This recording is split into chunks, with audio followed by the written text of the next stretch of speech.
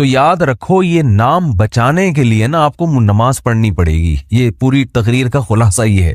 ये नाम अल्लाह उस वक्त तक नहीं मानता जब तक आप नमाज नहीं, 5 टाइम नमाज की पाबंदी नहीं करते। अल्लाह इस नाम को मानता ही नहीं है।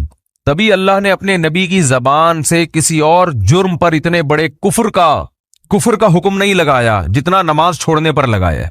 बुखारी मुस्लिम की हदीस है, हजरत अब्दुल्लाह इब्ने मसूद रजी अल्लाह अन्हुमा फरमाते हैं कि हम नबी सल्लल्लाहु अलैहि वसल्लम के दौर में किसी गुनाह को कुफर नहीं समझते थे। कोई भी गुनाह हो जाता ना, जिना भी हो जाता किसी से, हम समझते मुसलमान है मगर इससे क्या हो गया, जिना हो गया।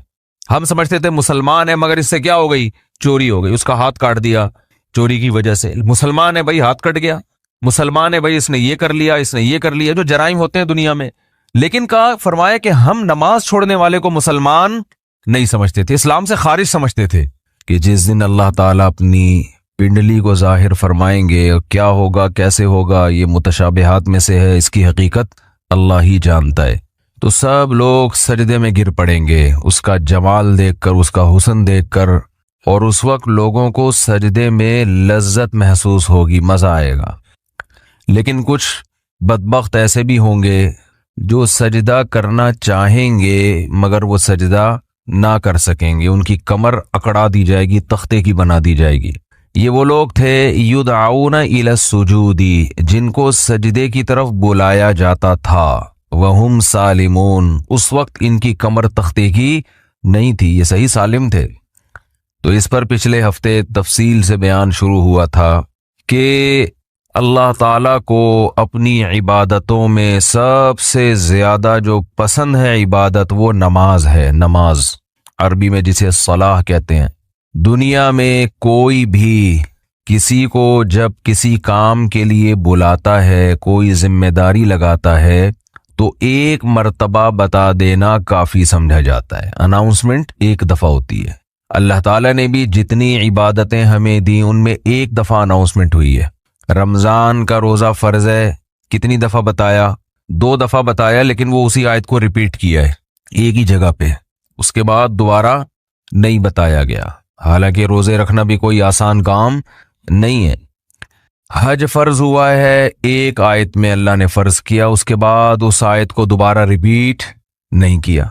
वलिल्लाहि अलन्नासी हिज्जुल बैती मन इस्तताअ इलैहि सबीला, लोगों पर लाजिम है अल्लाह के लिए कि जो इस्तिताअत रखते हैं वो बैतुल्लाह का हज करें। बस एक दफा काफी है। उसी से पूरी दुनिया सदियों से जो भी मुसलमान हैं हज करते चले आ रहे हैं, लाखों रुपए खर्च करते हैं। लेकिन नमाज एक ऐसी चीज है जिसे बार बार बार बार बार बार दर्जनों बार कुरान में बताया गया है, दर्जनों बार। जहां अहले ईमान की सिफात बयान की, नमाज और ज़कात भी साथ में। नमाज अदा करते हैं, ज़कात देते हैं, नमाज अदा करते हैं, खर्च करते हैं, नमाज अदा करते हैं, गरीबों को खाना खिलाते हैं, नमाज अदा करते हैं, हमारी राह में खर्च करते हैं। तो पैसे खर्च करना जिसको रोकड़ा कहा जाता है, और नमाज पढ़ना, ये 2 इस्लाम के ऐसे लाजिम और मलजूम हुक्म हैं कि जिनके बगैर अल्लाह आपके इस्लाम को इस्लाम मानने के लिए तैयार ही नहीं है। इन्हें कहा जाता है शायर इस्लाम में सबसे बड़े शायर। अगर कोई आपसे पूछे ना कि इस्लाम के शायर में सबसे बड़े शायर कौन कौन से हैं, तो आपने जवाब देना है सबसे पहला नमाज, उसके बाद ज़कात। शायर क्या होता है ये भी मैं बता दूं। हर कौम की एक मखसूस पहचान हुआ करती है, हर मजहब की एक मखसूस पहचान हुआ करती है, हर मुल्क की एक मखसूस पहचान हुआ करती है जिससे वो दूसरों से जुदा हो जाए। देखो, इंसान की एक मखसूस पहचान है, उसका नाम। बच्चा पैदा होते ही माँ बाप सबसे पहला काम क्या करते हैं, नाम रखो, कि ये नाम इसे दूसरे इंसानों से मुमताज और जुदा करेगा, क्योंकि सब एक जैसे हैं ना। मिसाल के तौर पर नादरा वाले ये कानून बनाते हैं कि जो बच्चा पैदा हो उसकी नाक का साइज, आंखों का साइज रजिस्टर्ड करवा लें। ये बता दें कैसी है नाक और आंखें कैसी हैं, ताकि हमें पता चल जाए ये अलग है और वो दूसरे अलग है। या वालिदैन भी ऐसा करते कि हमारे 6 बच्चे हैं, तो ये वाला चूंकि थोड़ी सी मोटी नाक है, वो वाले की थोड़ी सी पतली है, तो इसको हम कहेंगे मोटी नाक वाला और उसको कहेंगे पतली नाक वाला। यानी सिफात से हम बुलाएंगे और फर्क करेंगे, ये वाला वो ये वाला है, वो वाला नहीं है ये, और वो वाला है, वो वाला ये वाला नहीं है। कितनी टेंशन हो जाती कि नहीं हो जाती। भाई हो सकता है तीसरा बच्चा पैदा होता उसकी भी मोटी नाक होती। अब मोटी में दरमियानी दर्जे की मोटी और ज्यादा मोटी, क्या हो गया। नादरा वाले भी टेंशन में, वो डाटा जब सर्च करते तो भाई 2 आंखों वाले कितने हैं, तो सारे 2 आंखों वाले हैं। बड़ी आंखों वाले तो बड़ी में लाखों करोड़ों ऐसे आ जाते हैं जिनकी आंखें बड़ी हैं। चाइना आंखें, छोटी छोटी आंखें, लाखों करोड़ हैं जिनकी चाइना वाले जैसे आंखें होंगी। तो सबसे पहले जो इंसान की पहचान है वो क्या है, नाम। भाई इसका नाम वसीम है, इसका नाम सत्तार है, इसका नाम गफ्फार है। और फिर नामों में भी एक दूसरे से फर्क करने के लिए वल्दियत डाल दी जाती है। ये सलीम भाई, ये भी सलीम, ये भी सलीम, लेकिन ये सलीम जो वसीम का बेटा और ये सलीम जो सत्तार का बेटा, वल्द सत्तार। ऐसा ही होता है कि नहीं होता। लेकिन इसमें भी फिर कंफ्यूजन होती है। सलीम वल्द सत्तार बहुत से होंगे। भी मैं चंद दिन पहले किसी मजलिस में गया तो एक साहब आए, तारुफ आपका नाम क्या है, मैंने कहा तारिक मसूद। मैंने कहा आपका, कह रहे तारिक मसूद। बिल्कुल वही नाम, कर लो क्या करना है भाई। और चलें आगे, एक साहब का नाम भी तारिक मसूद, मेरा नाम भी तारिक मसूद। और जब उनसे उनका नाम पूछा गया तो उनका नाम मुफ्ती तारिक मसूद, मुफ्ती भी उनके शुरू में लगा हुआ है। तो कितनी कंफ्यूजन है ना। तो कुछ चीजें हमेशा ऐसी होती हैं जिनको देख के फौरन पता चल जाए ये वाला वो वाला नहीं। जैसे नामों में भी अगर कंफ्यूजन होगी तो ये जो अंगूठा है ना, अंगूठा नादरा इससे ट्रेस करता है। ओ भाई ये अंगूठा दूसरे अंगूठे से नहीं मिलता। इसको जला भी दोगे ना, अगर जला दो, तेजाब फेंक के मिटा दो, दोबारा जो नई स्किन निकलेगी उसमें वही डिजाइन फिर बना हुआ होगा जो पहले था। ये अल्लाह की कुदरत है कि अल्लाह ने आपको दूसरों से मुमताज करने के लिए उसी स्टाइल में लकीरें दी हैं जो पहले आपके पास थी। अब अंगूठा ही कोई काट दे तो एक अलग बात है, क्योंकि लकीरें अंगूठे पे होती है ना, अंगूठा ही खत्म हो गया तो फिर क्या करोगे। तो ऐसी लकीरें फिर सिर्फ अंगूठे की नहीं, सारी उंगलियों की जिस तरह से हैं उसी तरह ही रहेंगी हमेशा ये। तो असल में आपकी जो पहचान है ना वो क्या है, ये अंगूठा। जब भी अंगूठे का तस्करा आता है मुझे वो सब्जी वाला याद आता है जिसके अंगूठे में 1 साल तक लेके बैठा रहा। यही सोचते थे हम कि इंसान की पहचान किससे होती है, अंगूठे से। तो उसने हमें यह कहा था कि हमेशा अपना पैसा खानदानी आदमी को दो जो तुम्हें फ्रॉड ना करे तुम्हारे साथ। तो मैंने कहा कौन है, कह रहे मेरे जैसा खानदानी होना चाहिए। तो मैंने कहा अपना आईडी कार्ड दोगे, उसने कहा जब चाहो ले लो। मैंने कहा देखो इस्लाम में हुक्म यह है कि स्टैम्प पेपर पे, यानी रिटर्न में सही कानूनी कार्रवाई होनी चाहिए, तो स्टैम्प पेपर पे ये लिख के दो। स्टैम्प पेपर पे लिख लो। मुझे तो लग रहा था भाई बड़ा खानदानी हर चीज। तो मैंने कहा अंगूठा भी लगा दो, उसने कहा जब चाहो, जितनी चाहो उंगलियों के अंगूठे। कई जगहों पे अंगूठे लगे हुए थे। जब वो पैसे लेके भागा है, कई दिनों तक उसके अंगूठे हम देख देख के वो किसी ने पहनाई, अब हमने उसको वापस पहनाई है। बड़ी शुक्र है वापस ले ली, अच्छा आदमी था। आज इतवार बाजार से बकरी खरीद के लाया था। उसने कहा गाबन है, बकरी के बारे में उसने कहा गाबन है। हम दे दिया उसको, चेक दे दिया। मैंने कहा चलो भाई। बकरी लेकर आए तो मोहल्ले पड़ोस वालों ने कहा भाई ये गाबन नहीं है। खैर जितने जान पहचान वाले बकरी वाले, उनको उसकी तस्वीरें खींच खींच के भेजी। बॉस ने कहा ये डाउट है। तो हमने कहा उसको फोन किया, शुक्र है नंबर था, अच्छा आदमी था, उसने वापस ले ली। चलो खैर, अंगूठे की बात चल रही थी। असल क्या चल रहा था, अंगूठा।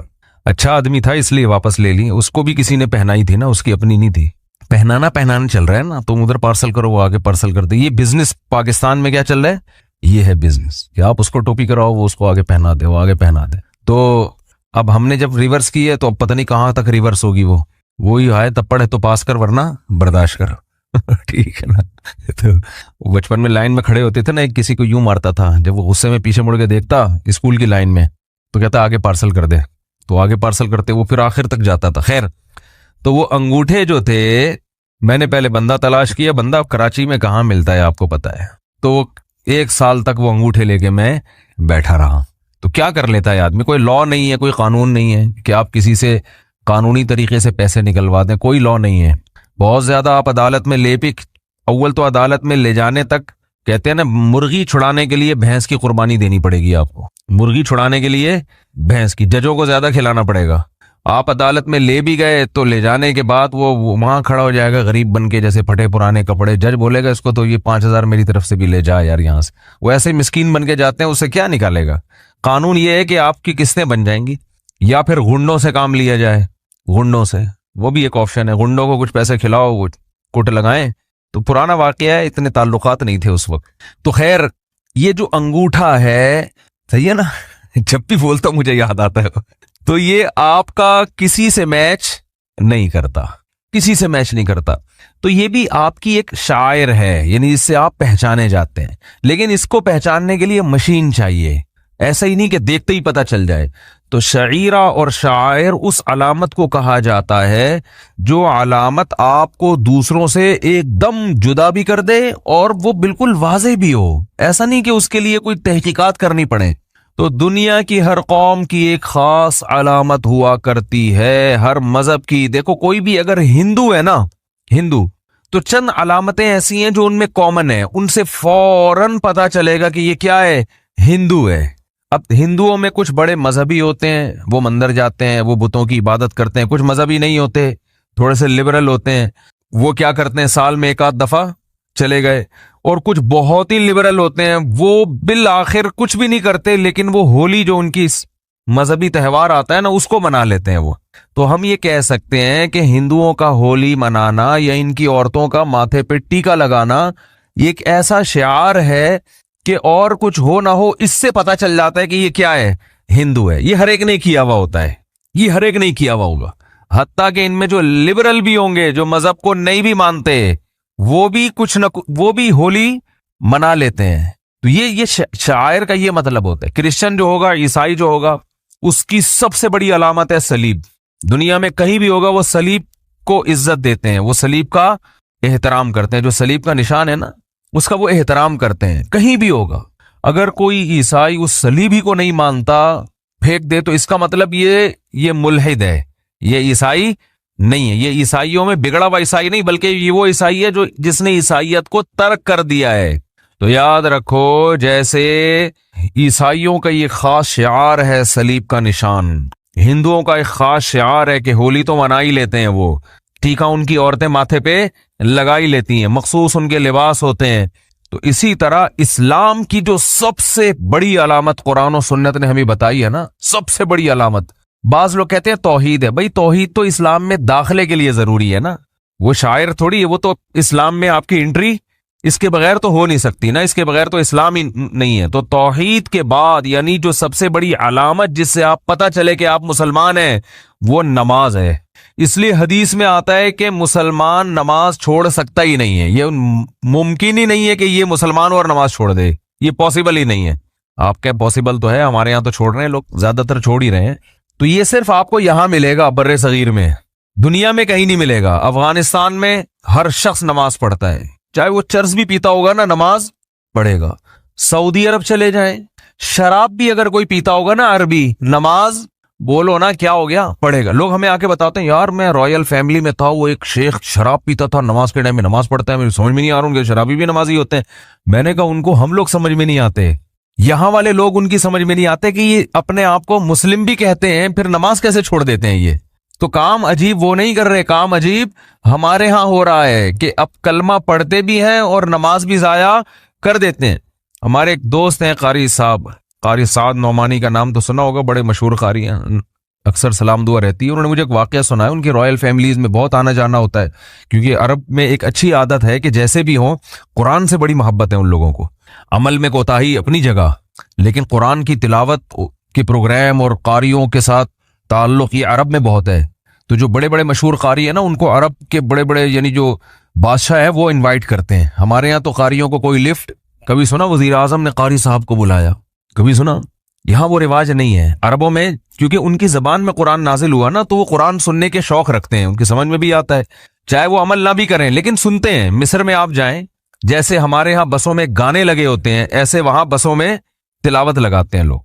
और मैं अरबों के साथ रहा भी हूँ, बहुत ज्यादा कुरान सुनते। मैंने अरबों के हाथ में रेडियो देखे, बहुत पुरानी बात है, 20 साल हो गए, हमारे यहाँ मदरसे में आया करते थे बहुत। तो वो क्या करते थे कि वो जब फारिग बैठे तिलावत सुनना शुरू। हमारे यहाँ तिलावत सुनने का ऐसा ट्रेंड नहीं है।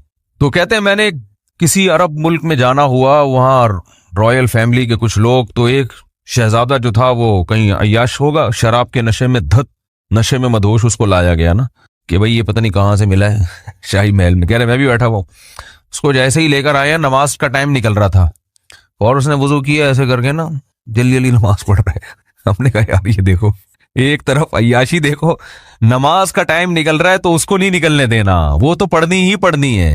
वजह क्या है? देखो, अपने आप से इस्लाम का नाम हटाने के लिए मुसलमान जल्दी तैयार नहीं होता कि इस्लाम का नाम ही मेरे नाम से हट जाए, जैसा मर्जी गुनहगार हो जाए। आप ये तो कभी नहीं चाहोगे ना कि शनाख्ती कार्ड में मजहब के खाने में आपको कादियानी लिख दें, वो चाहेगा ये? आपको गैर मुस्लिम लिख दें? भाई जो भी है, हम ये कहते हैं एक नाम ही तो रह गया है और तो हमारे पास कुछ बचा नहीं है, तो ये नाम, हमारे नाम से ये लेबल नहीं हटना चाहिए। तभी हम जब भी कोई गैर मुस्लिम भी हमसे पूछता है आपका मजहब क्या है, हम फौरन कहते हैं क्या है? इस्लाम। हालांकि ना दाढ़ी होती है ना जनाब और कोई ढंग के इस्लाम वाले काम कर रहे होते हैं, लेकिन हम कहते हैं वो बात की बात है, लेकिन है हम क्या?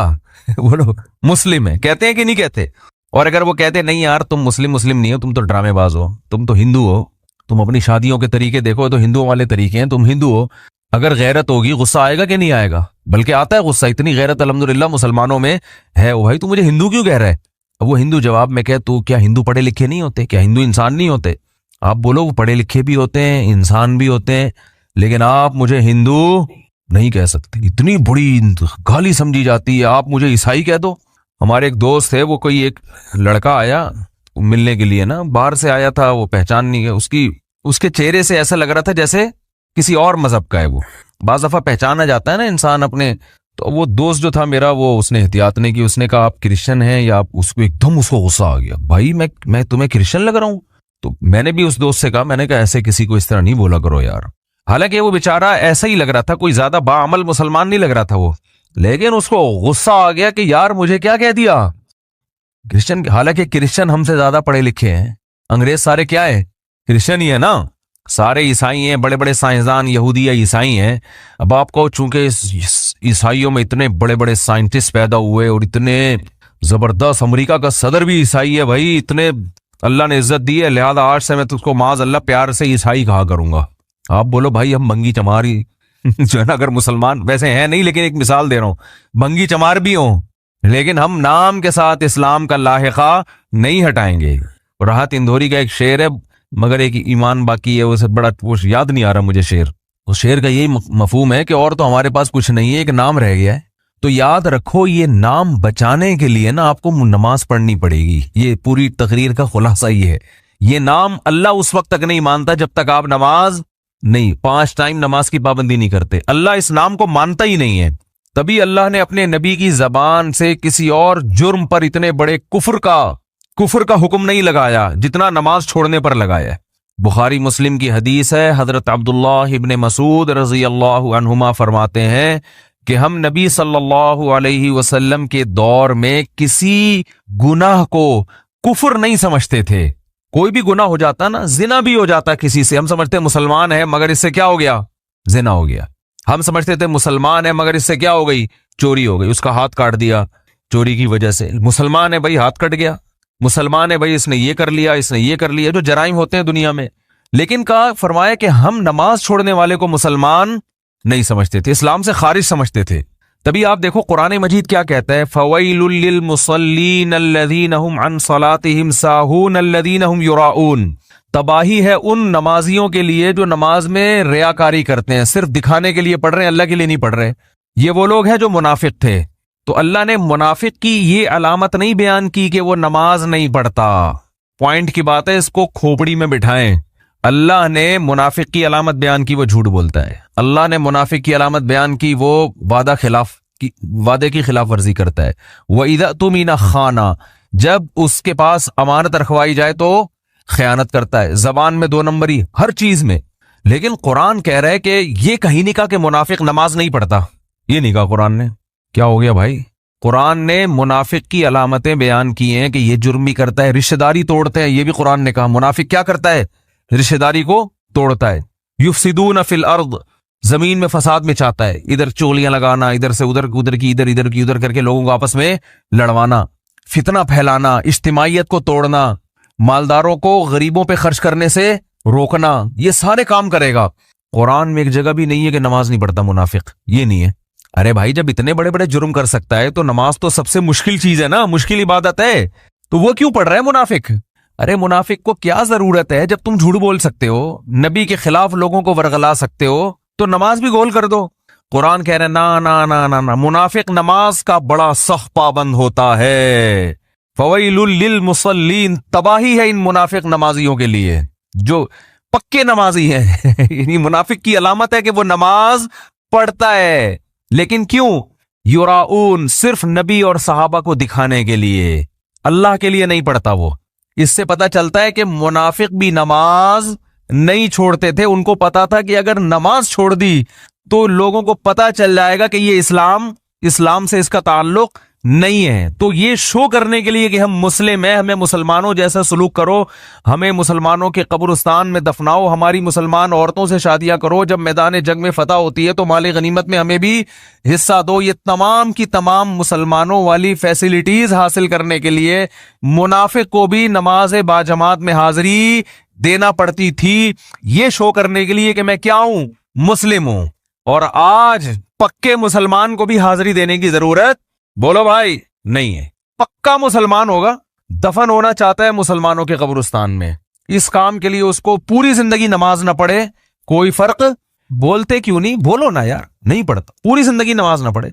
मुसलमान लड़की से शादी करना चाहता है, इसके लिए ना उस लड़की को जरूरत है कि अपना मुसलमान नमाजी होना साबित करे, ना लड़के को, वैसे ही निकाह हो जाता है, चल भाई, है सब बेलगाम ऊंट नहीं होते जैसे। तो ये वो नहीं है जो जिसपे सहाबा और ताबईन थे, याद रखो। ये हमारा अपना इस्लाम है जो शायद क़यामत में मुस्तरद हो जाए, शायद मुस्तरद हो जाए। तो इसलिए इस्लाम की जो सबसे पहली अलामत है कि हिंदू जब आपको देखेगा तो उसे पता चल जाएगा कि मुसलमान है, वो क्या है? जैसे ही युदऔना इलस सुजूद, कुरान कहता है जब सजदे के लिए बुलाया जाता है, हय्या अलस सलाह की निदा लगती है, तो ये उस निदा पर लब्बैक कहता हुआ मस्जिद की तरफ जाता है। 5 टाइम नमाज पढ़ते हैं। ये अलामत है सबसे बड़ी कि जो आपको फर्क करेगी कि ये मुस्लिम है और ये नन मुस्लिम है, ये गैर मुस्लिम है, ये मुस्लिम है। तो ये जो हमारे यहां इतना हिसाब चल रहा है ना, अंधी चल रही है, बिल्कुल पढ़ते ही नहीं।